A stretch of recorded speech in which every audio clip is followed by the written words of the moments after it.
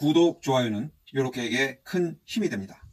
이번 동영상에서는 자객 형가가 진왕 암살을 위하여 준비한 3가지를 소개하겠습니다.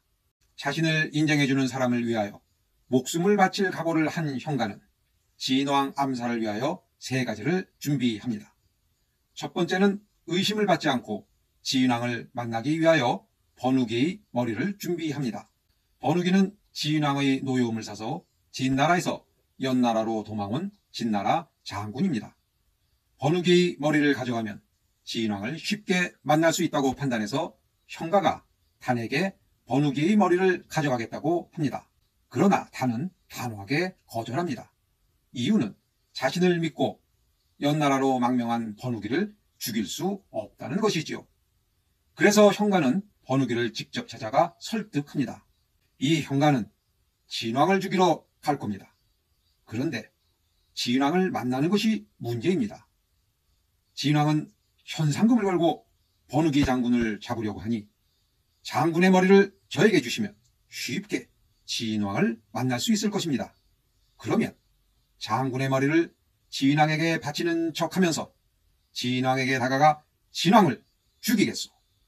이렇게 당신의 복수를 대신 해드리겠소.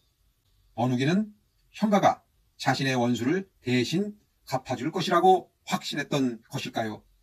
어쨌든 번욱이는 스스로 목을 베므로써 자신의 머리를 형가에게 내주었습니다.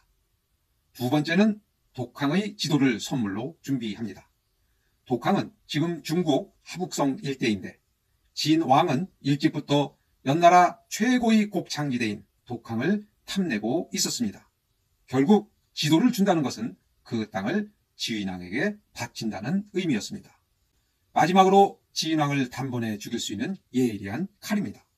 단은 암살을 위하여 중국에서 가장 예리한 칼을 만든다는 사람을 수소문한 끝에 조나라에서 서부인을 찾아냅니다. 그리고 서부인이 만든 비수를 백금을 주고 사서 형가에게 주었습니다. 이 비수에 독을 발라 시험해 보니 살짝만 닿아도 죽지 않은 사람이 없었다고 합니다. 아이고, 죽지 않은 사람이 없었다니 얼마나 많은 사람이 서부인 비수의 실험 대상이 되어 죽었을까요? 한번 깊이 고민해 볼 대목입니다. 어쨌든 비수의 날카로움은 당시 중국 최고인 것 같습니다. 진왕 암살에 필요한 3가지, 번욱이 머리, 독항의 지도, 서부인의 비수가 모두 준비되었으니 형가는 이제 행동할 때가 되었다고 생각했습니다.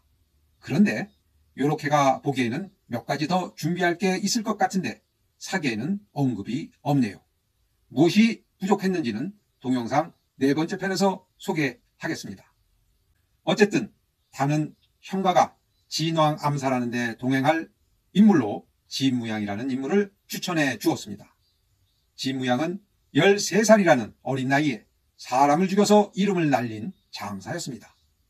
형가는 진무양이 힘이 장사이긴 하지만 진왕 암살의 적임자가 아니라 판단하고 함께 갈 인물을 기다리고 있었습니다. 그런데 기다리는 인물은 아무리 기다려도 오지 않고 단은 계속해서 형가에게 떠날 것을 재촉하고 있었습니다. 형가는 마냥 기다릴 수 없다고 생각하고 할 수 없이 진무양과 함께 진왕을 죽이러 진나라로 떠납니다. 진나라로 떠나는 날 단과 몇몇 사람들이 상복을 입고 역수까지 나와 제사 지내며 형가를 전송했습니다. 특히 축의 고수 고점리 연주에 맞추어 형가가 비장하게 노래를 불렀습니다. 이 노래는 사마천 사기 중 가장 유명한 문장의 하나로 전해지고 있습니다. 바람은 쓸쓸하고 역수의 물은 차갑구나. 장사 한 번 가면 다시 오지 못하리. 형가는 이 노래를 다 부르고 고개 한번 돌리지 않고 결연히 떠나갔습니다. 죽음을 각오한 형가의 비장함을 바라보는 사람들의 머리카락이 하늘로 곤두섰고 또한 돌아오지 못할 강을 건너는 형가를 생각하며 사람들은 저마다 눈물을 흘렸습니다. 오늘 방송은 여기까지 하겠습니다. 그런데 형가가 진왕 암살에 성공했을까요? 다음 동영상에서 그 결과를 소개하겠습니다. 감사합니다. 요렇게였습니다.